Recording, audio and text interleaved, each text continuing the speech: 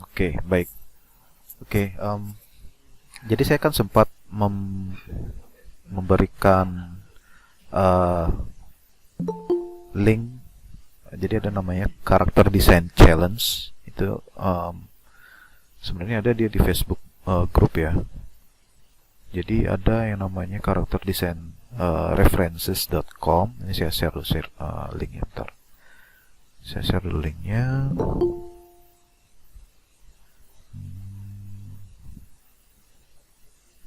Ya, ini saya share si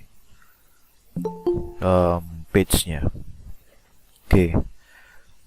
Jadi di page karakter design challenge ini sebenarnya Anda bisa coba untuk mendapatkan respon ya, komentar dari forum gitu, dari anggotanya desain karakter challenge itu. Jadi di karakter design challenge ini setiap bulan dia membuka kompetisi gitu. Jadi nanti yang menangnya itu ada hadiahnya. Hadiahnya biasanya beda-beda. Ini yang menyelenggarakan tuh karakter design references. Nah, misalnya kita lihat di sini ada yang namanya Lea Gong. Nah, di sini ada Lea Gong. Di sini dia pakai bahasa Indonesia nih dia. Oke, tulisan bahasa Indonesia. Oh iya. Ini orang Indonesia atau orang yang berbahasa Indonesia nih, Lea Gong ini. Bahkan Medusa memiliki beberapa ular untuk membantunya mengingat hal-hal. Dia masih lupa kertasnya gitu. Nah, di sini kita bisa lihat nih contoh karakter ini. Ada orang Indonesia yang buat Medusa gitu ya. Ini ada Medusa. Lalu ada komentar. Jadi sebenarnya keuntungan kita bisa nyoba ikut dalam karakter design challenge itu kita bisa dapat masukan feedback dari orang-orang anggotanya yang berasal dari berbagai negara gitu ya, yang punya latar belakang budaya dan paradigma yang sangat variatif itu. Nah, ini tema untuk bulan ini adalah Halloween University nih, Halloween University. Menarik sih sebenarnya karena ke bulan Oktober tuh identik dengan bulan Halloween gitu ya. Jadi Halloween itu di 30 Oktober.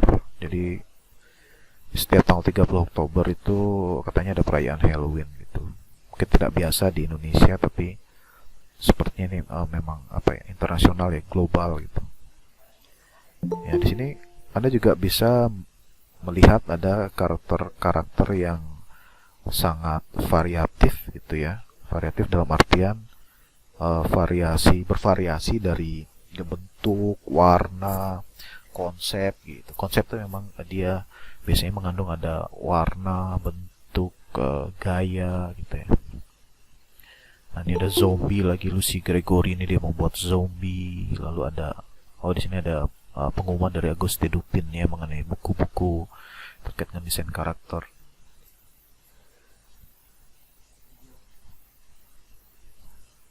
Oke, lalu ada banyak sekali sini di media terbarunya dirangkum semua gambar-gambar sana. Ya, sebenarnya menarik sih, ada tematis ya. Ada Profesor Godzilla. Jadi tema Halloween University ini. Halloween University ini diinterpretasikan oleh anggotanya dengan cara-cara berbeda. Ada yang sudah ikut nggak di karakter design challenge ini? Ada yang udah nyoba ikut untuk bulan ini? Belum, Pak. Belum ya. Ya. Sebenarnya nggak masalah sih, nggak usah malu gitu ya. Intinya gambar kita masuk tema aja intinya. Di sini ada alien nih. Alien. Dia lagi sekolah jadi Halloween tentang si alien.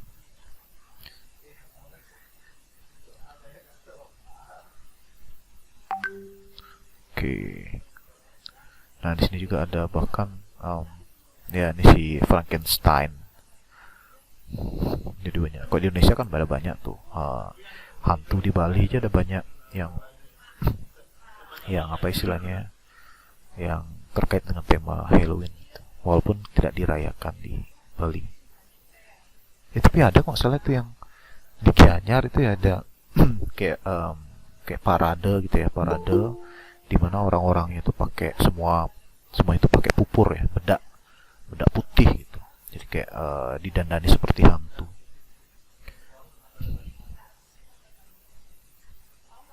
Tuh lumayan sih nih, banyak ada buku-buku juga yang yang jual sana. Procreate karakter, sketching from the imagination, storytelling. Ini bukunya bagus. Oke. Nah sekarang kita masuk ke saya mau share tentang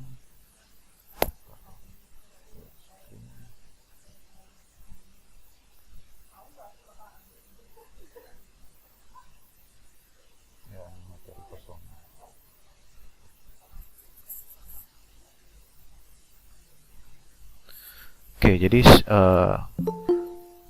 sudah terlihat ya slide presentasi saya di layar? Sudah, Pak. Oke, terima kasih. Sudah, Pak. Ya, jadi untuk materi pada pertemuan kali ini itu tentang persona istilahnya. Nah, persona ini mungkin ada yang sudah familiar ya. Persona ini apa sih? Oh, persona itu nama game. Ya, jadi persona itu memang ada game namanya persona di PlayStation, di konsol PlayStation dia. Persona yang terbaru kalau nggak salah seri kelima gitu ya. Coba tolong koreksi kalau saya salah. Nah di sini seperti yang bisa kita baca, kalau kita baca ya, persona dalam psikologi dipahami sebagai kepribadian yang diproyeksikan suatu individu kepada orang lain, yang dibedakan dari konsep pribadi otentik atau authentic self. Jadi intinya seringkali ya kita itu ingin menunjukkan citra yang berbeda dari diri kita yang sebenarnya ke orang lain gitu. Misalnya yang paling mudah Anda tangkap itu misalnya gini. Jadi Anda punya pacar gitu ya, atau Anda lagi punya pacar itu misalnya, terus ingin meyakinkan orang tuanya dia, maka Anda menampilkan citra atau kepribadian Anda yang menurut Anda itu baik diterima oleh orang tuanya si pacar Anda gitu, calon mertua Anda misalnya. Nah, itulah berbeda dia kan jadinya, padahal Anda sebenarnya misalnya Anda urakan gitu ya, Anda pengen bebas, tapi Anda membentuk tampilan Anda sebagai orang yang rapi gitu, sebagai orang yang penurut, taat hukum itu di hadapan calon mertua gitu. Nah, itulah konsep dari persona. Jadi salah satu pengertian ya, salah satu konsep dari persona itu, jadi ada kepribadian yang kita ingin tampilkan kepada orang lain yang bisa berbeda dengan authentic self atau Anda sendiri. Jadi konsep persona ini penting dalam mendesain karakter. Jadi istilah persona ini sebenarnya diciptakan oleh Carl Jung, psikiater, dia dari Swiss. Kata persona ini sebenarnya bahasa Latin ya. Persona itu artinya proyeksi karakter gitu. Karena persona ini sebenarnya berasal juga dari nama topeng yang dipakai oleh pantomim yang di daerah Etruskan, itu istilahnya pantomim Etruskan. Nah, kemudian tergantung juga pada konteksnya, persona itu dapat merujuk pada citra publik tentang kepribadian seseorang atau peran sosial yang dianut seseorang atau karakter fiksi gitu. Jadi persona ini dia konsep persona itu bisa juga merujuk pada citra publik tentang kepribadian seseorang atau ada peran sosial yang dianut seseorang. Misalnya peran sosial itu misalnya ada orang tuh jadi gubernur. Nah, kalau kita perhatikan misalnya ketika Anda di kampus itu Anda jadi mahasiswa, tapi misalnya kalau Anda di dunia kerja, misalnya Anda bekerja sebagai polisi gitu misalnya, itu Anda tampilnya sebagai polisi. Tapi ketika Anda pulang kampung gitu misalnya, ketemu dengan orang tua Anda jadi anak. Jadi Anda punya menjadi individu-individu yang sebenarnya punya karakter sosial yang berbeda, tergantung di mana Anda berada gitu ya. Tergantung juga apa fungsi Anda, apa konteks dari Anda. Jadi dari konsep persona ini sebenarnya bisa juga kita mendesain karakter yang mengadaptasi bagaimana sih sebenarnya kepribadian itu dia terkait dengan fungsinya dia di masyarakat. Seperti itu, peran sosial seperti itu. Oke, sampai di sini ada pertanyaan? Jadi anda gini nggak apa? Tidak, Pak. Anda sadari nggak sih misalnya gini, misalnya Anda Tidak, Pak, tidak. ya Anda pengen jadi apa, misalnya pengen jadi siapa sih sekarang yang paling jadi ini ya? Cowok siapa? Anda pengen jadi misalnya kayak si apa, Baim atau apa, Atta Halilintar. Ada yang pengen gini, apa, siapa yang paling tokoh yang paling Anda gemari, kalau misalnya cowok, misalnya kok cewek misalnya jadi anggota Blackpink gitu ya misalnya, padahal dia nggak punya kepribadian seperti Blackpink gitu, tapi dia ingin menunjukkan itu. Jadi semacam ada apa istilahnya, ada mimicking, istilahnya mimicking. Itulah sebenarnya persona itu makanya ada bahasa Inggrisnya personalize. Jadi ada persona, jadi personality gitu. Itu dari personal. Jadi ada persona dan personal itu sebenarnya kata yang konsepnya serupa gitu. Itu sebenarnya konsep persona itu. Jadi kita ingin memproyeksikan suatu citra yang berbeda, itu bahkan berbeda dengan jati diri kita sebenarnya. Itu konsep persona. Di situ bisa saja kita akhirnya mewujudkan persona ini sebagai sebuah karakter fiksi. Makanya dari pertemuan yang lalu itu kan Anda sudah mencoba untuk mensketsa, dan bahkan ada yang sudah sampai mau mewujudkan karya yang full color ya, tampil dengan penuh warna, mengenai proyeksi atau gambaran diri sendiri. Nah itu sebenarnya sudah bagus, tapi belum banyak yang membagikan sharing karyanya. Nah, seperti itu. Jadi untuk tugas pertama ini masih saya kaji lagi. Tugas pertama ini nanti akan saya share setelah online session pada siang ini. Nanti tugas itu dikerjakan dalam waktu 2 minggu gitu ya. Jadi ada paper dan ada artwork. Jadi Anda membuat paper dan ada artwork. Artwork yang dibuat ini ada kaitannya sama sketsa. Jadi konsepnya gue banget gitu ya. Gue banget dalam artian Anda mencoba untuk mensketsa, mengeksplorasi karakteristik Anda atau proyeksi dari karakteristik Anda sesuai dengan konsep persona itu. Anda sketsa dalam 3 alternatif, lalu dari 3 alternatif itu Anda pilih satu yang paling oke, yang paling mewakili Anda, dan itu dipresentasikan dalam satu bidang kanvas itu, satu bidang. Jadi ada 3 alternatif dan satu yang sketsa utama. Bisa juga di full color. Nanti secara detail akan saya sampaikan dalam dokumen penugasan. Seperti itu. Oke, jika tidak ada pertanyaan, saya lanjutkan lagi ke materi yang lain. Saya share di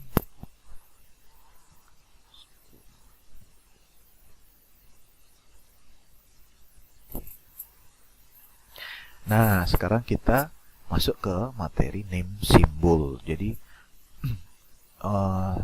tadi nyambung dari konsep persona. Jadi ada upaya untuk memperkuat proyeksi citra individu, karakteristik individu itu dengan menambahkan simbol-simbol yang berasosiasi atau terkait dengan karakteristik sifat atau ciri khas atau pengenal identitas gitu ya. Seperti misalnya di sini konsepnya adalah name symbol. Name symbol ini apa sih? Ya seperti tadi. Jadi simbol-simbol yang memperkuat identitas. Misalnya Bobo. Ada yang kenal Bobo nggak? Ada yang tahu Bobo nggak? Karakter Bobo. Tahu, Pak? Oh tahu, wah. Ada, Pak. Sampai ini dari dulu saya kecil, saya mungkin Anda belum lahir ya. Dari saya kecil sampai sekarang masih ada, umurnya sudah lebih tua dari saya sih Bobo, tapi dia masih kayak anak kecil ya dia. Masih jadi kelinci yang muda, belum tua, harusnya udah berjenggot ya si Bobo ini. Nah Bobo, kalau Anda lihat di bajunya itu kan ada huruf apa, B ya, huruf B nggak itu ya, huruf B. Huruf B itu memperkuat identitasnya dia sebagai Bobo. Jadi ini sebenarnya satu cara paling sederhana untuk apa ya istilahnya, mempengaruhi orang untuk mengingat si karakter itu, wujud visual itu, yang sehingga dia ketika kita melihat si Bobo ini dengan ada huruf B di bajunya, oh B itu artinya Bobo. Jadi B itu sebenarnya mewakili Bobo, dimana Bobo itu adalah namanya dia. Jadi sebenarnya secara paling dangkal ya, cara paling banal ya, dangkal untuk menginformasikan atau mempersuasi orang atau menanamkan memori di benaknya bahwa ketika dia melihat si karakter dengan baju yang ada tulisan B-nya di bajunya, berarti orang itu ingat bahwa si karakternya namanya Bobo gitu. Itu ada caranya seperti itu.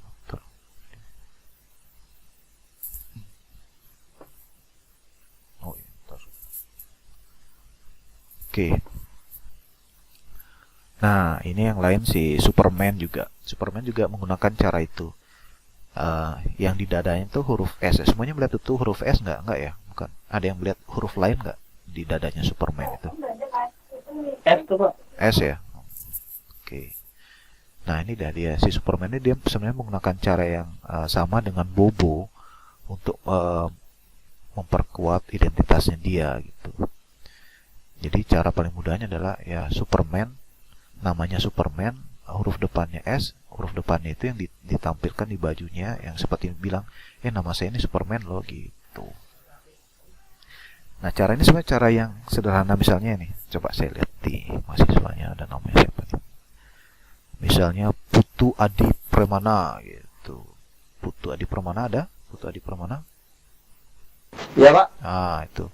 Misalnya Putu Adi Permana, name simbolnya PAP, nah, bisa kayak gitu. PAP. Atau Papap, atau Putu Adi, Putu apa ya? Prema. Itu misalnya itu name simbol itu intinya ada bagian dari identitas kita tuh yang di expose.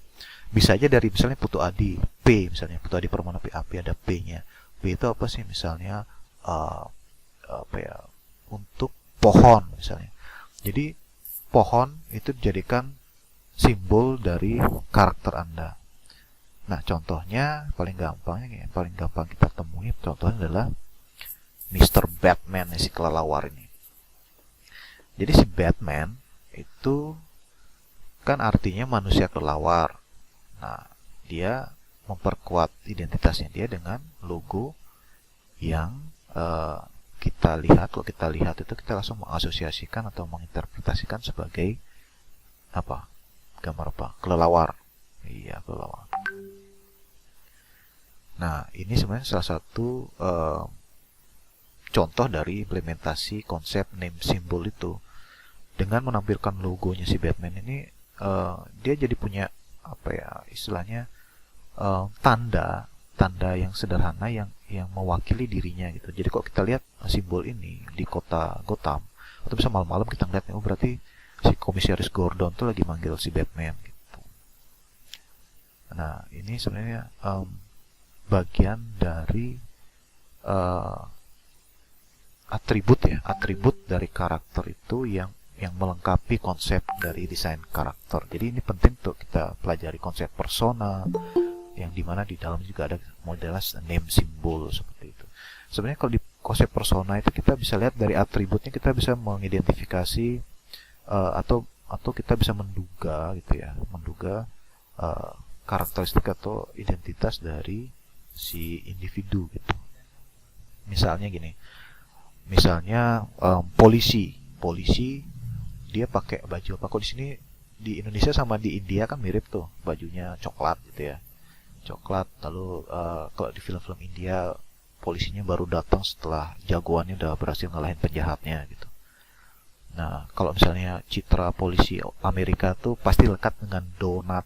Coba aja nonton film-film Amerika yang ada polisinya, biasanya polisinya tuh makan donat. Nah jadi ada citra yang terkait sama karakter itu yang membangun suatu value, nilai dari karakter itu yang membuatnya jadi unik. Atribut itu juga pasti akan mengikuti dari karakter itu. Misalnya biksu Shaolin gitu misalnya, jadi dia botak, pasti botak, terus ada tanda-tanda khususnya, bajunya, atributnya. Jadi atribut itu biasanya dia menentukan suatu identitas dari individu atau karakter itu. Makanya ada konsep persona gitu.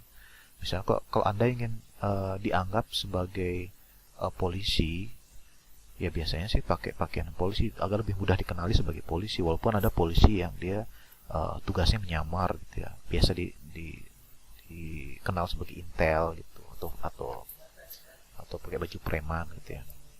Lalu misalnya kalau jadi perawat, nurse, itu dia punya ada atribut-atributnya. Kenapa sih atribut itu digunakan gitu? Kenapa sih kita menggunakan atribut? Agar jelas peran dan fungsi kita pada saat itu di masyarakat, istilahnya fungsi sosial.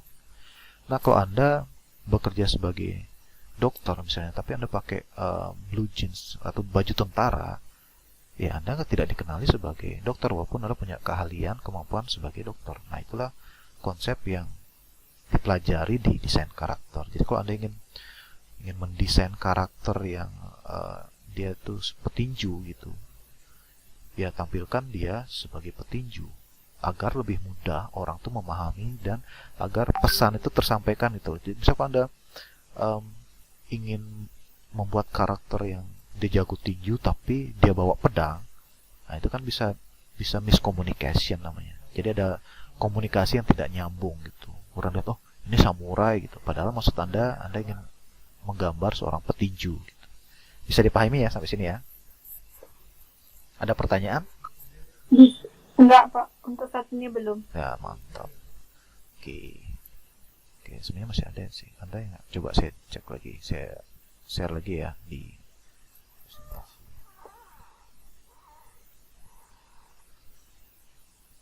Oke, ini kan Batman sampai Batman ya.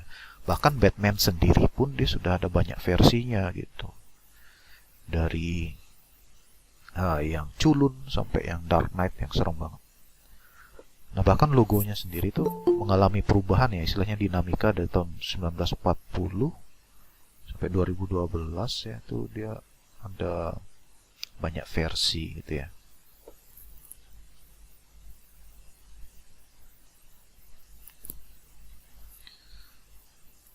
Nah, tapi masih tetap dia menampilkan gambar yang visualisasinya bisa kita kenali sebagai kelelawar gitu ya. Oh, udah. Oke. Seperti itu.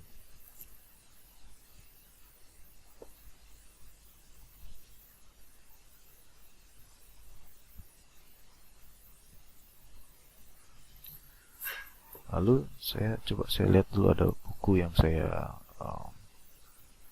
baru dapat buku.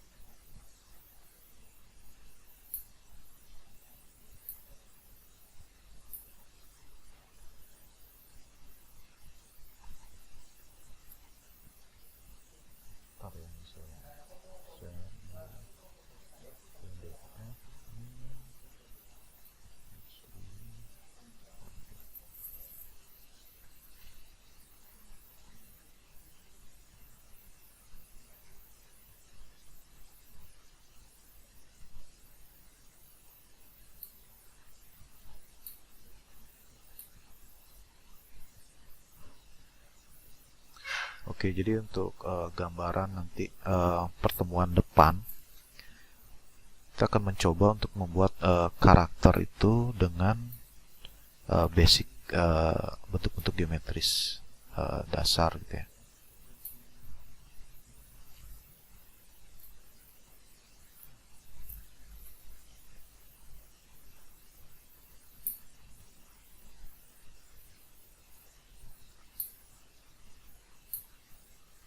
Oke, nah di sini. Jadi kita nanti akan belajar juga mengenai shape language, bagaimana karakter yang iconic, bagaimana perbedaannya dengan yang organik. Jadi langkah-langkah sebenarnya dalam mendesain karakter itu mending kita belajarnya dari bentuk yang paling sederhana dulu. Nah, misalnya seperti ini. Di sini nanti kita juga akan belajar mengamati sistem, bagaimana struktur tubuh karakter itu dibentuk. Jadi ada kepala, ada badan, ada kaki, atau ada yang struktur yang lepas dari semua itu gitu.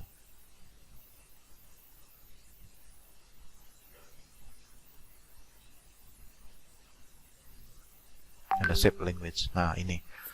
Jadi ini sebenarnya materi yang paling penting. Jadi untuk pengantar saya sampaikan bahwa walaupun Anda punya skill, jadi saya percaya pasti dalam dua kelas ya, saat ini ada 2 kelas yang gabung jadi satu pada online session ini. Jadi saya percaya Anda punya skill yang sangat bervariasi ya. Maksud saya mungkin ada yang sudah terbiasa menggambar, ada yang bahkan belum terbiasa sama sekali.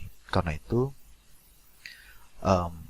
saya pikir perlu juga kita kembali ke prinsip istilahnya shape language. Jadi prinsip untuk membuat suatu wujud yang bentuk dasarnya adalah bentuk-bentuk geometris dasar seperti segi 4, segitiga, dan lingkaran. Tuh, nah di sini kita bisa lihat ada contohnya nih. Udah terlihat ya di layar ya? Sudah, Pak. Ya. Sudah, Pak. Sebenarnya dari bentuk-bentuk dasar itu kita bisa loh membuat bentuk yang lebih kompleks. Tapi dia masih memperlihatkan bentuk dasar itu seperti segi 4, segitiga, dan lingkaran. Nah, misalnya seperti ini ada step by stepnya. Bagaimana yang pertama segi 4, lalu kemudian ditambahkan step keduanya ada mata, mulut, sama telinga. Sebenarnya di bagian tahap kedua ini saja sebenarnya kita sudah bisa mendefinisikan karakter kita. Maksud saya, kita sudah bisa menciptakan karakter kita pada step keduanya. Apalagi misalnya di step ketiga, keempat, kelima, atau bahkan sampai kita presentasikan final seperti ini. Seperti itu. Ini dimulai dari bentuk-bentuk yang sangat sederhana, yaitu segi 4, segitiga, dan lingkaran. Nah, ini kalau yang segitiganya step by stepnya, pertama segitiga, kemudian ditambahkan misalnya di bagian atas ada bentuk yang kita bisa lihat sebagai rambut, lalu ada lingkaran untuk matanya, ada lingkaran ada lengkungan yang di samping kiri dan samping kanan itu yang kita bisa interpretasi sebagai telinga, ada mulutnya di sini. Sebenarnya tahap 2 ini kita sudah mulai membentuk karakter. Karena identitasnya itu sudah terbentuk sebenarnya di tahap kedua ini. Tahap ketiga kita menambahkan detailnya, di mana di sini ada alisnya, ada hidungnya, lalu ada bagian di bawah itu ada atributnya. Nah, kemudian kita buat lebih detail lagi. Nah, identitas ini lebih kompleks dia. Lebih kompleks dan dia sudah punya banyak aspek yang membentuk identitasnya dia. Seperti misalnya ciri khas dari di giginya itu ada kawat gigi, atributnya juga sudah detail. Ini ada baju sportnya mungkin ya, istilahnya baju, ya itu dah baju training itu. Nah, lalu dari lingkarannya lebih mudah kita menggambar kok dari lingkaran. Kita bentuk dulu wajahnya sampai di tahap kedua juga kita bisa langsung mendefinisikan ini sebagai karakter sebenarnya. Lalu tahap ketiga ada matanya lebih detail, tahap 4 lebih detail lagi, lebih spesifik lagi. Di sini ada tai lalatnya sebagai karakteristik utamanya. Lalu bahkan di tahap ke-6 ini sudah final ya. Maksud saya ada ciri-ciri dari identitas itu sudah lengkap. Atributnya sudah diwarnai, ada warna kulit juga jelas, berarti misalnya identitasnya lebih lengkap, bisa kita jabarkan di sini. Nah, seperti itu. Ini namanya shape language. Bahkan untuk satu personil yang sama, misalnya seandainya kita bisa buat satu line up nih, istilahnya line up trio. Satu line up itu ada satu individu, tapi dia berbeda tampilannya. Jadi bisa saja kita definisikan satu line up trio ini tiga karakter yang terdiri satu karakteristik gitu ya, tapi dia ditampilkan dengan bentuk berbeda sesuai dengan konsep shape language-nya, konsep bentuk dasar lingkaran, segi 4 dan segi 3, jadinya dia bisa seperti ini. Jadi dengan konsep shape language kita bisa menciptakan wujud karakter yang variatif gitu. Nah, di sini kita bisa lihat bentuk-bentuk dasar itu kita bisa menciptakan karakter, istilahnya karakter yang stylized gitu ya, yang punya gaya yang apa istilahnya stylized itu simple, dibentuk dari bentuk-bentuk dasar gitu. Jadi kita akan belajar membuat karakter dengan bentuk-bentuk dasar ini dimulai dari pertemuan minggu depan ya, di online session. Jadi untuk minggu depan silahkan disiapkan sketsanya. Jadi Anda menyiapkan kertas sama alat gambar, atau Anda siapkan laptop atau komputer yang akan Anda gunakan untuk praktek gitu ya. Anda bisa praktek juga dari rumah, bisa membuat bentuk-bentuk dasar gitu ya, untuk membuat karakternya. Jadi cara sketsa yang menurut saya lebih mudah adalah dengan seperti itu. Jadi Anda gunakan bentuk-bentuk dasar itu untuk membuat karakter itu ya. Seperti itu.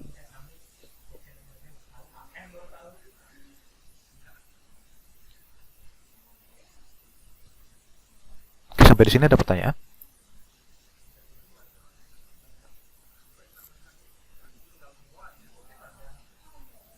Udah jelas ya? Jelas, Pak. Gimana Anggra ini Kurnianing Tias? Tadi ada yang angkat. Pak mau nanya Pak, Iya. berarti persona sama archetype itu berbeda ya Pak ya? Archetype itu dia mengelompokkan gini individu-individu dengan kecenderungannya dia. Kalau persona itu lebih ke bagaimana dia fungsinya dia, kayak atributnya tuh. Jadi terkait dengan atribut, misalnya seperti tadi misalnya polisi, bagaimana si polisi itu dibentuk, terus lebih ke atributnya dia. Kalau persona itu, kalau archetype itu lebih ke bagaimana karakteristik dominannya dia. Misalnya lebih ke perilaku, lebih sifat abstraknya. Misalnya bagaimana dia jadi semacam leader gitu ya, leader. Bagaimana dia kecenderungannya dia sebagai ordinary man. Bagaimana kecenderungannya dia sebagai prophet atau sage gitu, sage. Jadi kecenderungan berperilakunya dia. Kalau persona itu lebih ke bagaimana dia fungsi sosialnya dia, misalnya bagaimana dia atribut yang dia gunakan, lebih ke atribut sebenarnya kok yang saya perhatikan. Walaupun sebenarnya ada kecenderungan di perilakunya dia, tapi lebih ke fungsinya dia sebenarnya, lebih ke fungsi karakternya sebagai apa sih dia itu kok persona itu. Kalau archetype itu kecenderungan dominasi dari kepribadiannya dia itu masuk ke kategori mana sih? Apakah dia lebih heroik atau seperti apa? Jadi lebih ke kepribadian kalau archetype itu. Kalau persona itu lebih ke fungsinya dia. Jadi ada fungsi itu terkait biasanya sama atribut-atributnya. Contohnya yang simpel seperti ada polisi, ada tentara, itu kan misalnya dokter, dia punya pakai atribut yang khas gitu loh, sehingga kita bisa mengenali dia sebagai dokter, sebagai nurse, sebagai perawat, sebagai polisi, sebagai pemadam kebakaran, seperti itu. Itu kok secara sederhana kita lihat, walaupun sebenarnya ada banyak irisannya antara persona dengan archetype itu. Oke, seperti itu Anggreni. Kira-kira gimana? Jelas nggak atau gimana? Berarti archetype itu sama kayak wataknya dia gitu ya Pak ya? Ya, archetype itu lebih ke watak sebenarnya. Cuman dia memang watak tuh biasanya dia kan ditampilkan dia secara visualisasinya, misalnya kalau dia galak gitu, misalnya berapi-api gitu. Nah, kalau persona itu lebih ke fungsi sosialnya dia. Kayak apa istilahnya? Kayak okupasi, misalnya kayak paling simpelnya kayak pekerjaan lah, misalnya dokter gitu atau guru. Itu guru, misalnya guru itu dia seperti apa sih? Pegawai negeri kan dia pakai baju korpri, tentara dia pakai baju loreng, polisi dia pakai baju coklat, seperti itu. Lebih ke fungsi sosialnya dia. Kalau yang archetype itu ya karakteristiknya itu. Seperti itu. Soalnya archetype itu dia kayak karakteristik itu kayak dibuat gini, dikategorikan gitu loh. Ada tipe-tipenya archetype. Kalau persona itu dia kecenderungannya ke fungsi sosial seperti itu. Tuh. Oh iya Pak. Coba nanti Terima dibaca. kasih. Ya, terima kasih. Angger ini coba nanti dibaca. Udah, ini coba disempatkan baca yang archetype yang saya buat di Illustrating Zodiac. Nanti coba dibaca. Nanti di browsing aja dulu sama persona itu lagi kira-kira apa yang dimaksud sama persona itu. Nanti ada contoh-contohnya. Kalau yang dari saya tangkap, yang saya interpretasikan, yang saya analisis seperti itu. Kok persona itu lebih cenderung ke fungsi sosialnya dia. Itu lebih mudah kalau kita contohnya itu seperti itu. Tentara, polisi itu dia pakai atribut yang mencerminkan dia itu sebagai sesuatu gitu ya, sesuai dengan profesinya dia. Tapi itu kan berlaku sebenarnya temporari ketika dia mengenakan atribut itu saja gitu. Kalau archetype ini biasanya dia sifatnya melekat karakteristik itu. Seperti itu. Lebih abstrak dia, lebih tidak terlihat ya kalau archetype itu, tapi dia dikelompokkan, dikategorikan. Nah, bahkan sebenarnya di archetype itu satu karakter individu itu dia bisa punya kecenderungan yang meliputi semua archetype itu. Tapi padahal sebenarnya konsep archetype itu adalah yang mana yang lebih dominan gitu. Karakteristik mana yang lebih dominan. Oh. Ya, ini menarik sih sebenarnya kalau dalam karakter istilah-istilah itu. Archetype, ada persona gitu. Silahkan coba dibaca-baca lagi ya, Angger ini ya, biar lebih jelas gitu ya. Tapi kok cara paling sederhana untuk mengerti itu gitu, dan persona itu dia lebih atribut ya, jelas dia fungsi sosialnya. Kalau archetype itu lebih ke konsep kategori dari kecenderungan karakteristik itu, kecenderungan berperilaku tuh, yang mana yang dominan gitu. Oke. Terima kasih banyak Pak. Iya, sama-sama Angger ini. Oke, di sini ada nggak ngerti bahasa Inggris ya? Oh iya iya. Oke, Rati ada 2 pertanyaan. Yang pertama, karakter jadi nanti pakai pensil, Pak. Sebenarnya boleh. Intinya gini. Kenapa sih saya bilang ada sketsa gitu ya? Sketsa itu sebenarnya penting loh dalam berkomunikasi gitu ya. Maksud saya gini, misalnya Anda nggak bisa ngomong gitu, Anda bisu gitu, tapi Anda bisa mendengar. Nah, cara paling mudah Anda berkomunikasi tidak dengan mulut adalah dengan bahasa rupa, menggambar, sketsa. Misalnya gini, Anda ditanya, Anda bisu nih, Anda ditanya, Dek, misalnya siapa namanya, Rindang, kamu mau kemana? Misalnya Anda mau menyampaikan bahwa saya mau ke mall Matahari Mall gitu. Nah, menurut Anda cara paling mudah untuk menyampaikan bahwa Anda akan ke Matahari, Anda menggambar apa?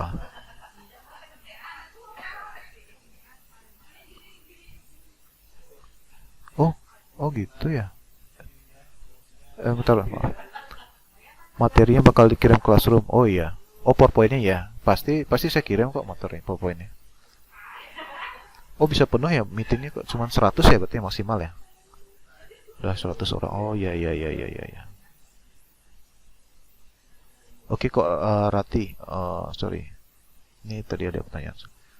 Pakai pensil. Oke. Sketsa itu bisa bebas sih sebenarnya, intinya sketsa dia. Sketsa itu soalnya kalau misalnya kita berbicara tentang gambar ya, gambar. Sketsa itu sebenarnya menunjukkan bagaimana tahap-tahap dari Anda membuat satu wujud gambar. Karena ada sketsa itu misalnya gini, kalau Anda membuat gambar gambar rumah misalnya. Nah, sketsa yang baik itu adalah Anda membuat dulu secara global ya, misalnya dia bentuknya apa, dari kota, lalu atau kotak itu misalnya dari box itu kubus, ada balok misalnya, dari balok lalu ada piramida di atasnya misalnya. Lalu baru Anda buat detailnya gitu. Jadi dia lebih bagus kita tuh deduktif gitu ya, dari umum ke khusus daripada kita langsung menggambar detail. Karena sketsa itu juga sebenarnya dengan menggambar sketsa itu melatih bagaimana dari ide Anda, dari apa yang Anda pikirkan, Anda coba visualisasikan, Anda coba tuangkan ke dalam media gitu ya. Jadi sketsa itu juga sebenarnya membantu Anda untuk terbiasa mengungkapkan apa yang Anda pikirkan gitu. Kalau untuk pensil atau kertas sebenarnya bebas, Anda bisa pakai media apapun, tapi nanti dia dibuatlah sketsanya gitu. Jadi sketsa itu melatih Anda berkomunikasi dengan gambar sih, karena sebenarnya komunikasi visual itu lebih efektif dan efisien dibandingkan komunikasi dengan bahasa, karena bahasa itu kan ada bahasa Indonesia, bahasa Inggris, bahasa Bali, bahasa lain-lain banyak. Tapi kalau bahasa rupa ya cuma satu aja bahasanya gitu. Tadi kan saya belum selesai tentang ini ya, tentang misalnya Anda bisu nih, terus Anda ditanya mau kemana, misalnya Anda ingin ke matahari gitu misalnya. Dengan Anda menggambar matahari, itu sebenarnya sudah mengungkapkan jawaban Anda gitu. Walaupun matahari yang Anda gambar itu matahari yang lingkaran dan tanda itu gitu ya. Oh matahari, tapi kan itu kan nggak mungkin ada ke matahari yang jauh di sana kan, tapi maksudnya matahari mau. Tapi dengan Anda menggambar matahari yang lingkaran dan tanda garis itu berarti itu sebenarnya sudah berkomunikasi bahwa maksud Anda adalah matahari mall itu. Nah, di Tejawi guna karakternya boleh diarsir Pak, atau harus diwarnai menggunakan pensil warna dan membuat karakter baru lagi Pak, atau menggunakan karakter itu. Oke, jadi ada pertanyaannya pertama, karakternya boleh diarsir atau diwarnai. Intinya minimal dia sketsa dan line art ya, garis ini jelas gitu. Kalau Anda buat diarsir, diwarnai, oke sih, itu presentasi yang lebih kompleks gitu ya, tapi minimal ada arsirannya dan ada garis jelas atau line artnya. Nanti saya kasih contohnya nanti di tugasnya. Membuat karakter baru lagi atau menggunakan karakter waktu itu, bebas sih, bebas. Intinya ada satu karakter yang Anda kumpulkan gitu. Anda bisa buat yang lama itu bisa, yang kemarin diposting di WhatsApp group yang sudah bagus itu boleh, dibuat yang baru lagi juga boleh. Jadi intinya gini sebenarnya, bagi yang sudah Anda buat dan Anda share di WhatsApp group itu berarti Anda sudah melalui ini satu langkah gitu ya. Anda sudah mengeksplorasi, Anda eksperimen membuat karakter yang mencerminkan Anda. Itu sebenarnya satu langkah yang Anda sudah maju satu langkah lebih di depan dibandingkan rekan-rekan Anda yang belum sharing gitu. Makanya kalau saya sih menyarankan rekan-rekan mahasiswa yang lain jangan malu, jangan takut itu sharing posting di grup ya. Walaupun misalnya yang posting di grup itu gambarnya keren-keren, karena nggak usah apa istilahnya, nggak usah malu, nggak usah jadi rendah diri. Nah, intinya kenapa sih diposting itu nanti biar dikomentari, biar disupport gitu. Kalau nggak ada mencoba membuat kan nggak ada feedback jadi.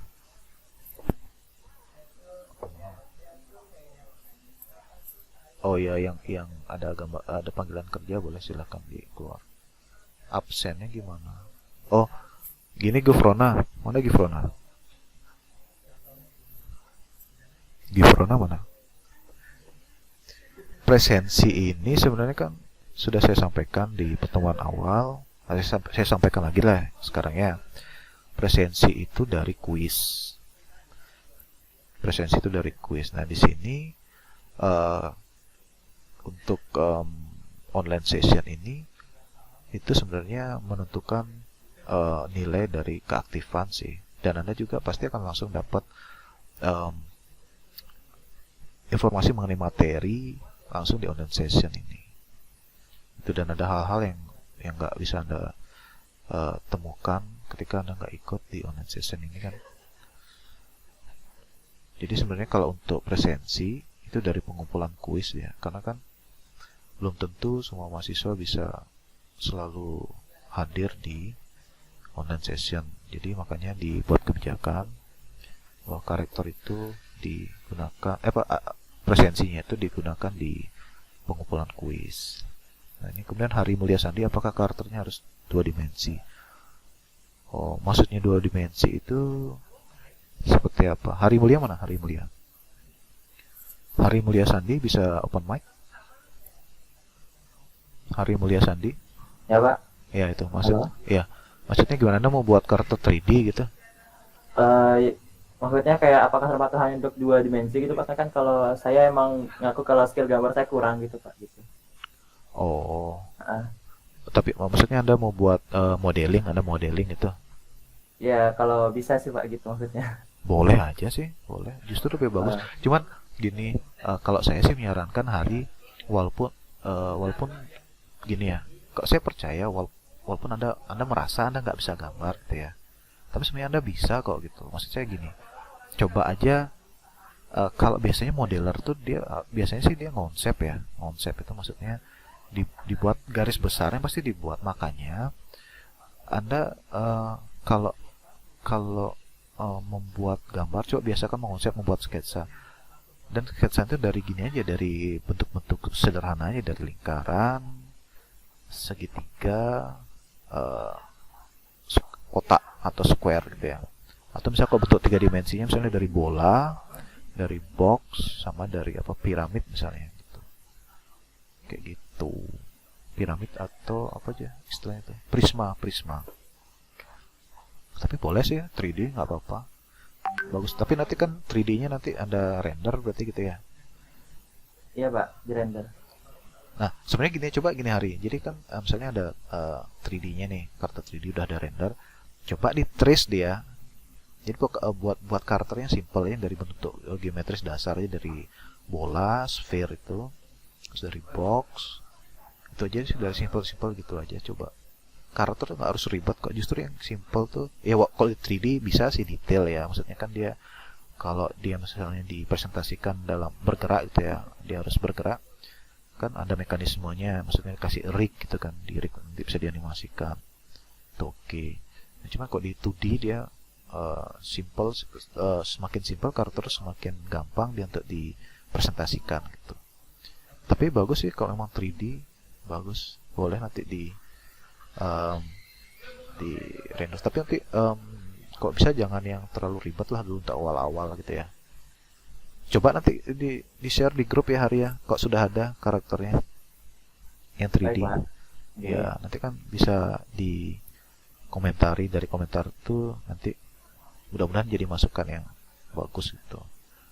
Dan kemarin juga komentar teman-teman yang di grup juga kan nggak ada yang menjatuhkan gitu ya, semuanya memberikan inilah istilahnya masukan yang bagus, yang konstruktif gitu. Tuh bagus ya kok 3D, bagus. Maksudnya jangan merasa diri tidak bisa gambar gitu ya. Kalau Anda coba gitu ya, coba aja dulu belajar. Makanya di mata kuliah ini coba nanti belajar ya sketsa itu intinya tidak harus dia tampil bagus secara visual gitu ya, intinya dia bisa dimengerti aja. Karena fungsi sketsa itu adalah sebenarnya mengkomunikasikan pesan sebenarnya. Makanya penting sebenarnya belajar sketsa itu. Misalnya Anda menjelaskan matahari itu, Anda buat lingkaran lalu ada garis-garis di yang pinggirnya itu sebenarnya kan sudah mencerminkan matahari, walaupun matahari di sana itu tidak seperti itu. Oke, silakan yang sudah ada agenda bisa mendahului ya.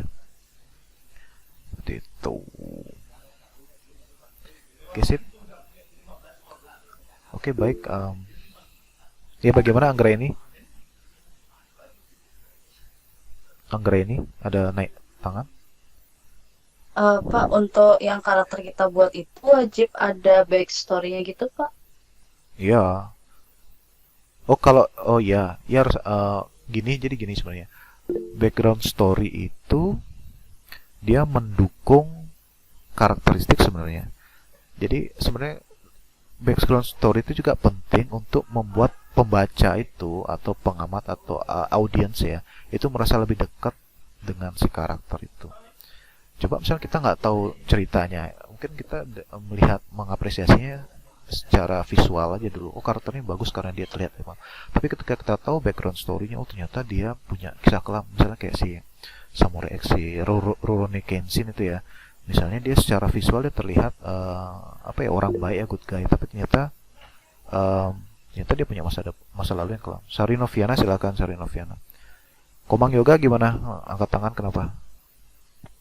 Pak, karakter yang kita buat tuh apakah boleh bukan humanoid, maksudnya dia tuh objek tapi dia tuh karakter di suatu cerita itu. Jadi karakter utama lah tapi bisa dibilang sampingan. Apakah boleh tanpa walaupun dia tuh bukan humanoid, misalnya nggak berbentuk seperti manusia? Boleh. Oke, jadi gini ya, baik Anggra ini maupun Kurnia Ningtyas, Anggra ini maupun Komang Yoga ya. Jadi tadi kan Anggra ini bertanya tentang background story. Kok menurut saya background story ini penting disertakan dalam dokumen desain karakter yang final sebagai project final nanti, karena itu akan memperkuat identitas karakter kita. Dengan background story, pembaca atau audiens itu bisa lebih engage itu istilahnya lebih terikat di sama karakter itu. Coba misalnya seperti tadi saya sampaikan mengenai Rurouni Kenshin, dia secara visual dia itu mungkin dia terlihat good guy gitu ya, good boy, tapi ternyata dia punya masa lalu yang kelam, bahwa dia banyak membunuh orang gitu. Si Samurai X itu, Rurouni Kenshin, kalau ada yang tahu Samurai X. Nah tadi kalau mengenai karakter yang bentuk karakter, jadi selama dia hidup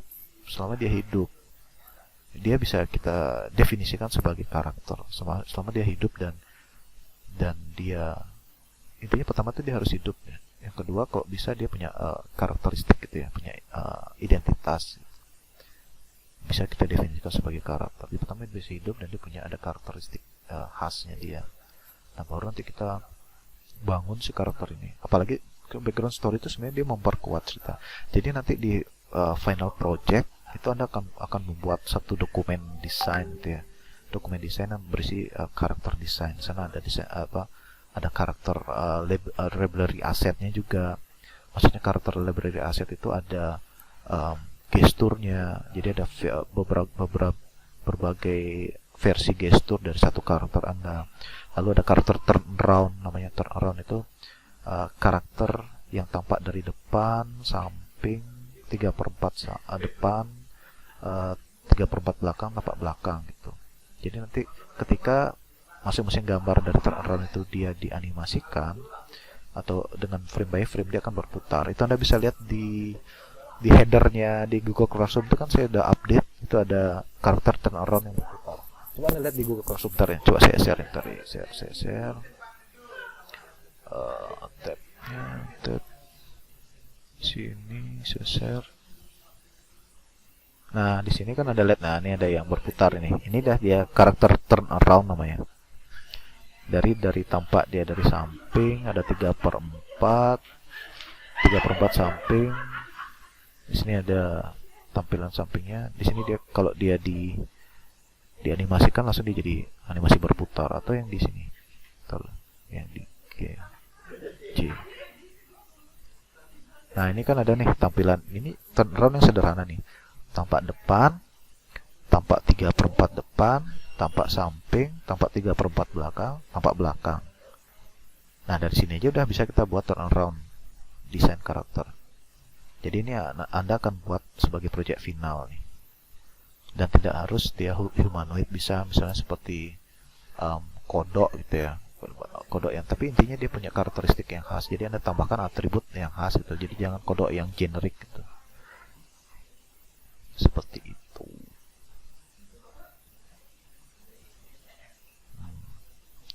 Anda nyadar nggak itu berubah headernya? Nyadar Pak. Ya. Iya Pak, nyadar Pak. Nyadar Pak. Keren Pak, keren. Bagus Pak, bagus Pak. Ya. Oh iya, sip. Ya, kebayang sih kayak gitu. Kebayang ya. Jadi nanti kita akan membuat juga itu deh karakter desain library namanya. Jadi karakter desain library ini itu biasanya digunakan untuk bisa kok dianimasi ya, dianimasi game. Kok di game tuh sprites-nya pasti. Jadi yang game yang berbasis aset dua dimensional ya. Kan ada game yang berbasis aset tiga dimensional juga kok. Yang aset tiga dimensional mungkin dia berbeda pendekatannya, pakai OBJ-nya itu mungkin. Tapi biasanya sih kalau yang pakai yang berbasis dua dimensional biasanya pakai sprites dia asetnya. Sprites itu kayak frame by frame gitu. Coba aja nanti, coba anda ini coba saya googling ya sprites gitu ya. Bukan minuman Sprite. Nah, ini saya share image, saya share dulu. Saya share sprites. Nah, dia sprites. Oke. Nah, ini dah sprites itu. Jadi ini dah yang dipakai di game yang berbasis aset, yang asetnya berbasis dua dimensional. Nih, misalnya kayak gini, misalnya. Yang ini. Coba saya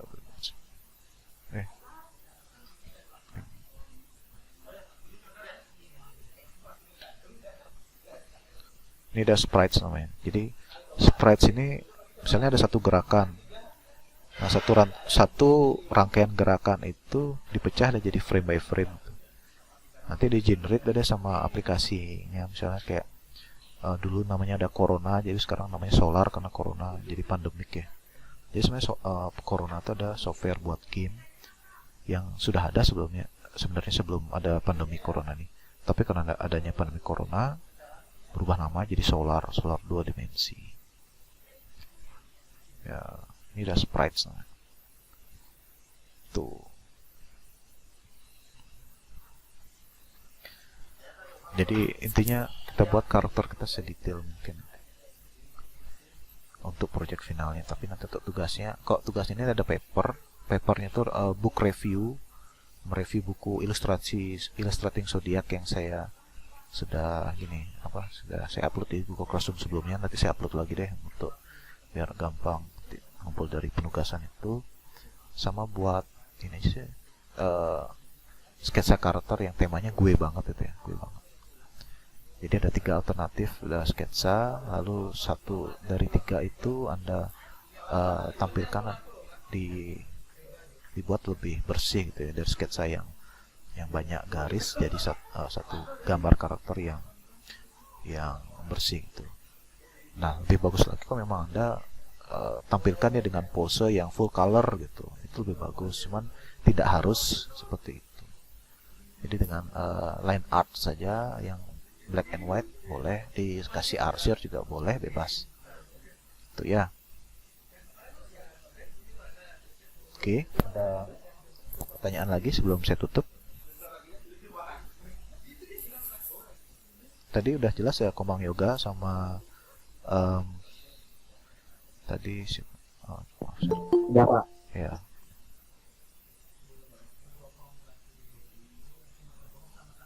Sudah Pak, terima kasih. Oh, Anggra ini ya, Tias. Ya, Tias. Tias coba ini Tias ikut yang itu yang di Facebook Tias. Ya, Oh iya Pak, saya belum ikut sih. yang karakter design challenge tuh. Si Rati juga Rati Yunira. Rati mana Rati? Saya Pak, saya. Coba buat yang di desain karakter yang challenge itu, yang di Facebook itu. Udah nyoba? Belum Pak, ini lagi juga buat karakter ini. Oh iya. Ya itu udah coba aja tuh, setiap bulan ada kok. Nanti bulan November mungkin beda temanya. Yang September kemarin tuh apa ya, Hindus God gitu. Jadi tema-temanya gini menarik sebenarnya setiap bulan. Karena bulan ini bulan Oktober jadi Halloween dia temanya. Halloween. Tuh. Untuk rekan yang lain juga coba ikut gini event-event apa itu. Coba aja ikut-ikut selama ada waktu ya. Kalau nggak ada waktu ya nggak usah. Kalau ada prioritas yang lain gitu. Kalau ada waktu luang coba ikut-ikut gitu. Lumayan tuh pengalaman berkompetisi itu lumayan. Itu ya. Oke, baik. Ya, baik kalau begitu kita akhiri sampai di sini ya. Nanti kita lanjutkan di WhatsApp group atau nanti Google Classroom. Mudah-mudahan semua rekan-rekan udah ikut di di WhatsApp group semua ya. Jadi nanti biar lebih Anda ada alternatif lah berkomunikasi selain di Google Classroom atau di online session ini gitu. nanti materinya saya upload di Google Classroom, baik itu slide-nya maupun penugasannya, juga dokumen penugasannya. Nanti saya upload setelah online session selesai. Oke, baik. Terima kasih rekan-rekan mahasiswa atas waktu yang diluangkan. Mudah-mudahan rekan-rekan mahasiswa semua dalam keadaan yang sehat ya, senantiasa sehat dan berbahagia. Terima kasih, selamat siang, sampai jumpa minggu depan ya di online session. Terima kasih Pak.